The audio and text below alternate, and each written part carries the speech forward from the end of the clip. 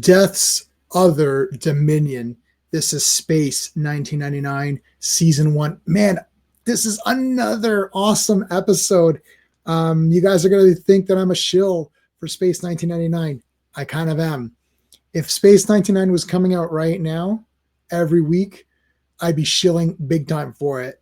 I'd be like, oh my God, Koenig. Oh my God, Paul's dead. Oh, and I'd spit my water out like, oh. And then you see like video reactions of like, oh my God. Oh. Yeah, I just love this series. My space system for reviews works perfectly for it as well. So let's start that with the storyline. Moonbase Alpha comes into contact with this sort of ice world, and they get messages from Brian Blessed, who is just one of the best, like, I want to say actors. I know people say character actor. He's amazing in Survivors in one episode. He's amazing in I, Claudius, which is a great series. You should watch that. He's obviously incredible in Flash Gordon. I've got some of his Flash Gordon stuff right behind me over there. He's great in Blake's 7. Anytime you get this guy, he gives an amazing performance. I would have loved to have seen him play Doctor Who for a few seasons. I think that would have been really interesting.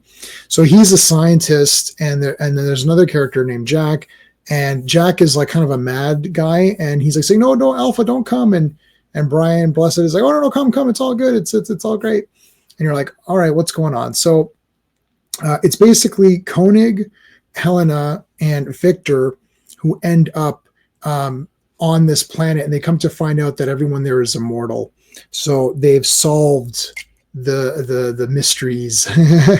And they're like, why don't you stay? Of course, that's a big decision to make. They've got to think, well, I can't make this decision for everybody. We have to put it to a vote, right? But now the character of Jack, who is the captain, so you realize that these are Earthmen. They were in this Uranus project. It went bad. They got sucked into this vacuum or something and ended on this planet. And now they're immortal, but there's a catch. Sometimes, you become immortal, but you become all mad and weird, and you're just like literally like a zombie walking around. It's not even living. You're just wandering around. And Jack goes from being lucid to crazy. So he's like, well, maybe you shouldn't come here. But the prospect is just too intriguing for the Alphans. So they're thinking about it. I'm giving the storyline a 2 out of 2. This is a great storyline. There's a movie called Zardoz, which I absolutely love, and not in an ironical way or whatever. Like I legit love the movie. It's great with Sean Connery. And which is sort of about the same thing, where people who are immortal, and it sounds great, and you're like, yeah, we're immortal, but then after a while you're just like, well, there's nothing to do, right? There's a catch in this one as well, which I'll get to. The pacing is a 2 out of 2. This show is a slow-paced show, so the pacing refers to what you're expecting, and you're expecting to have a slower-paced show, which is going to really talk about the problem at hand, and they do that, and they do it great in this one. The artistry, I'm going to actually give it a 2 out of 2 for the artistry as well. And again, we're talking about artistry in comparison to what you're expecting from this show at the time period it was made. You might say that some of those Disney Star Wars shows look much better than this, but their story and characters and like everything else are garbage. So who cares? But I think this show looks really great. Look at the time period of when it was made. Look at what was available to them in terms of budget and effects and personnel and whatever, and it looks great. Yeah, the ice planet looks awesome, and when they're on the planet, it's a set. Okay, yeah, but it looks great to me. I want to point out there's a part where they land on the planet, and there's like a blizzard going on. Now, Alan lands and gets separated, and he goes back to the Eagle, but the friggin' snow effects are crazy.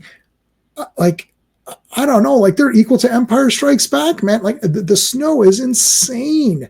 And I'm in Canada here, and it snowed on the day I watched this episode, coincidentally.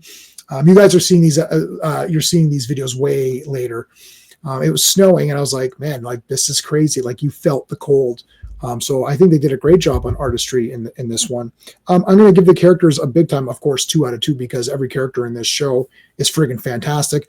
I like the debates here because now you don't get too many Victor versus Koenig debates.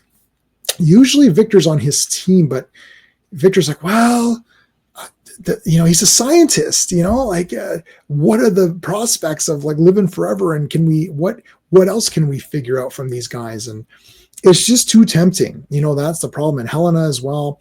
Of course you got like Alan, who's just like, yeah, let's do it. So it's really neat. But of course, to talk about some of the supporting characters who are not the Alphans, Brian Blessed, of course, is just absolutely fantastic. I mean, he's so convincing in everything that he says and does that I would just join immediately. Like, he's like, you should join us here on Thule. It's great to join us here. Okay, I'm joining.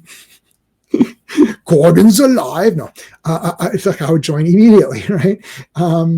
But then Jack, in his lucid moments, is very good. Because he's not just running around and like jumping around and knocking shit over. It's like it's a performance, right? Damn good, like crazy. The enjoyment factor for me on this one is a 2. This is a 10. Yet again, I've now given a bunch of 10s. This is why I'm getting the Shill Award for the Space 1999. The Space 1999 Shill Awards. J-Man won them all. But look, guys, this was a friggin' awesome episode. I don't know what to tell you. This is science fiction to me. This is exactly what I'm looking for. Star Wars provides a fantasy aspect, not a science fiction aspect. Sure, there's space stuff and vehicles and stuff, but it's really sword play and shooting. Of course, story and character are important in Star Wars, but here there's like just certain themes where you're sitting there thinking, you can't help but think, would I have stayed on that planet? I don't know. Would I have voted to remain on Alpha, right? Let me know in the comments what you guys would have voted. The catch here, and what's very sad, is that you find out that they actually can't leave the planet. And the problem is that you're immortal so long as you stay on the planet. And Brian Blessed found that out the hard way. Sad ending, but great episode. 10 out of 10. Love this series. Please check out the other videos on my channel if you're liking this kind of stuff, and let me know so that I know that this is what you want more of. All right. So anyway, love this episode. Thanks for watching, guys. Until next time. Hey friends, you've just been listening to J-Man, and he is the smartest person who ever lived. So make sure you like and subscribe.